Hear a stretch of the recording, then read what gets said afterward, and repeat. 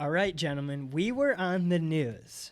Now, the first time for Sam and I, but not the first time for you. Kinda, yeah. I mean, I've never had that quite that experience yet before, but I've been interviewed on the news, and I don't know that I've ever been into a studio like that. That was like cool. An official studio? Yeah, like an official newsroom studio.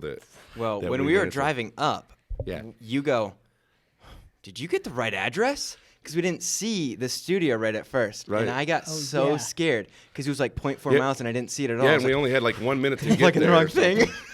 I hate when that happens. Yeah, it's like plugging in the wrong address. Right, and that's what I was realize thinking. right when you're there. Yeah, because we started going out like in these back roads or something, and there was nothing back there, and I'm like, I don't know, dude. Are we even going the right way? Oh, and I then know. And then you could see a little bit of light, and we're like, oh, that might be it. I was so scared though. I was like, what if that's not the right one? Right. What were the other, you were interviewed on, wasn't it for the football game, right? So you've had the live, just them basically putting the camera on you, but never the sit-down experience, right? Right. Because it's a very, for those of you who don't know, or aren't following. For those of you that haven't been on the news. Yeah, for those of you who haven't been on the, well, I'm going to get there, but for just kind of to follow what we are doing. So we just released a movie that American Dreamers, if you haven't seen it, click off right now and go watch the movie. It'll be in the description.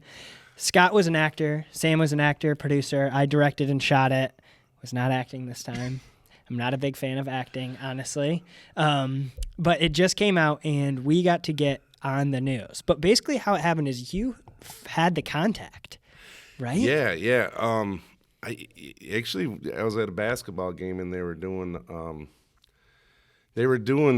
the special on Maddox Williams, like showing him, what he's going through and stuff, which makes me, really upset. But and I was like the only one from the school because it was at Lakeshore, and when they did that, and I was the only one from the school there, so somebody pointed me out, and this Levon came over and talked to me, and then he did all of his interviews and stuff. He didn't really interview me that day for the news. I have been prior to that at other places, but he didn't. But I was kind of like his contact person. So when he left, he handed me his card and said, "Hey, if you ever need anything, let me know." And I was actually watching you guys' podcast, and I was sitting there and I heard you guys say that one of your goals was to get on TV, and you write your goals down and stuff like that, and you wrote down that you wanted to get on TV and stuff. And I was sitting there thinking, man, how can I get these kids on TV? Because I can do it, I can do anything I want, right?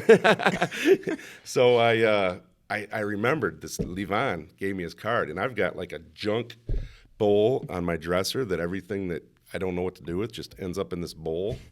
And I was thinking, if that card's anywhere, it's in that bowl.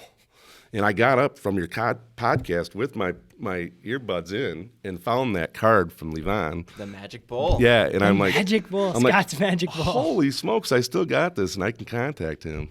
And that card was the reason. So then we emailed, went through a series of emails. Sam reached out, kind of persisted, just kind of get this. They were really nice too, though. Yeah, well, I first texted Levon. I'm like, hey, can you think you can help? This is what's going on and on and on. And he's like more of a sports guy, so he's like, well, it's football season right now. Well, he didn't tell me he was heading over to Dublin because they covered Notre Dame, right? So he's like, but here's the email for the newsroom or whatever. And so I emailed them, and then we kind of waited for a couple days, and I'm like, you know what, you guys probably should just start emailing them too, because they're not really responding to me. And then you're the one that got a hold of. Yeah, I basically just called him. Oh, you did? When you call someone, it just goes so much quicker. Sam has this master. So in our generation, no one wants to call. Right. No one wants to really communicate. This is why Sam is a master key piece to the puzzle of Suka Productions. It's because Sam will literally just do I'm like, it's way hard. It sounds stupid, but calling people is like okay, here we go. We just personal, you're on the phone. And it's so much easier to schmooze them. For you, the schmooze, we call it. But Sam will just call and has landed every single thing we've tried because no one else calls anymore. Also, it's awkward to go no on the phone. Yeah, that's what I was just thinking. Type N-O. Or it's easy to ignore an email and never answer them back. Yeah. But to be on the phone and go, well, I don't know, let me think. Or just go. Yeah, they can just hang up on them. But seriously, like people even like 30-year-olds I've talked, like, it's like don't know if millennial, I hate using terms like that, but even no one wants to, like, just call. So there's a little trick for you out there. If you want to land something, you need to find someone like Sam that's going to be confident enough to do it. But it's not shy it's like not even me. like, but it's weird because I'm not a shy person at all. Right, you're not. And I'm No. You're not a fine. shy guy. I'm not a shy guy, but and on the phone I'm good and I can talk to people. Yeah. I don't know what about. I'm like, Sam, but that's what producers roll, and obviously that's somewhere. So like, who did you talk to when you actually got a hold of somebody? Do you know, or I mean, was it? I just called the newsroom number. I just said, "Hey, I've got a potential story." They had cobwebs on it. They're yeah. like, oh god. Yeah. The person on the other line's like, They blew it off. The smoke all came, or the dust all came off. We got something here. we only get text messages. What is this? No, but I mean, What is this ringing? I called just like the normal newsroom and kind of just started from ground zero.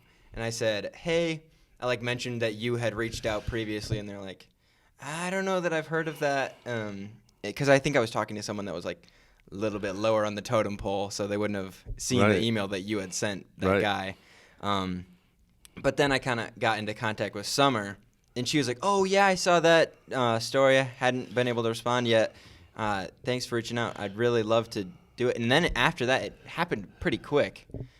And she sent like 2 emails. Luke responded to the email. Yeah, because she was like, "What? Yeah. Hey, can she's you like, "Here's give the us time. what's it about? Here's the time." And in her head, she was scheduling it there. Oh, right. She's like, "Let me know if this works." Yeah. Because when we got back to her, the final email, because she requested videos, like, you know how on the actual thing, and we'll overlay some stuff along with the links will be down below as well if you want to watch the actual interview, because it's a fun thing to just see, like, someone else using what we created in. Yeah. It's like we don't have to. We were sitting out in the newsroom, and we see like they've got like 17 TVs all over the place. Our teaser was up there. Yeah, and they they kept put like doing the the teaser. the Oh my trailer, And which we're was like, like, oh man.